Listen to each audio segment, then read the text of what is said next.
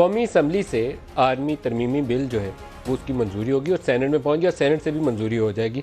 लेकिन बहस इससे ज़्यादा इस बात के ऊपर है कि अपोजिशन की जमातें उनके ऊपर ऐसी क्या मजबूरियाँ आन पड़ी थी। आम तौर पर हुकूमत वक्त जो है उसके ऊपर ये तासुर होता है कि इस्टेब्लिशमेंट के बहुत ज़्यादा दबाव में एक्सटेंशन का मामला हो या कोई दूसरी चीज़ आए तो इनके पास बहुत ज़्यादा रूम टू मैनूवर नहीं होता।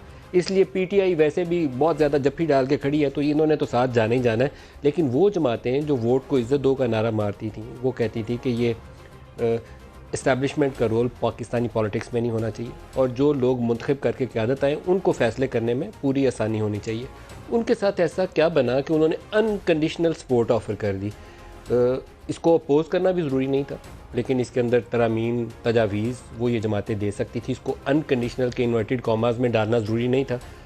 अब सूरत हाल ये है कि प्राइम मिनिस्टर को इख्तियार हासिल हो जाएगा इस तरमीम के सेनेट से मंजूरी के बाद, और जब सदर दस्तखत कर देंगे, ये कानून जब बन जाता है तो prime minister full 3 years term के लिए तीनों सर्विसेज चीफ को और chairman joint chief of staff committee को 3 साल की एक्सटेंशन दे सकते हैं। 64 ईयर्स रिटायरमेंट एज, जो अभी लॉ के अंदर रिटायरमेंट एज है वो जनरल की, वो 60 ईयर्स लिखी हुई है।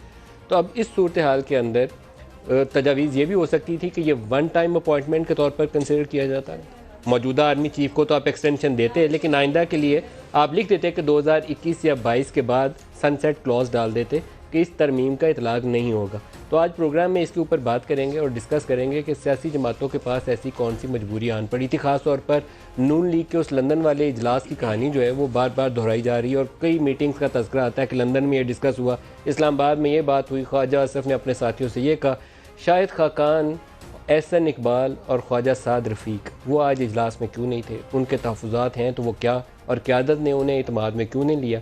क्या दोनों जो शरीफ बरदरान थे उन्होंने यूनिलैटरल ये अंडरस्टैंडिंग डेवलप की कि हमने अनकंडीशनल सपोर्ट देनी है, और बाकी जमात की जो मेन लीडरशिप थी वो इससे क्या बाखबर थी या वो बेखबरी में रही? इसी तरीके से पाकिस्तान पीपल्स पार्टी है जिसने कल 3 तरमीम तजवीज़ की, आज वापस ले ली, लेकिन कल रात हमें ये बात पता थी और हमें ये बताया गया कि इसमें ना कॉमा ना full stop, as it is ये जाएगा, कोई तब्दीली नहीं चेंज होगी इसके।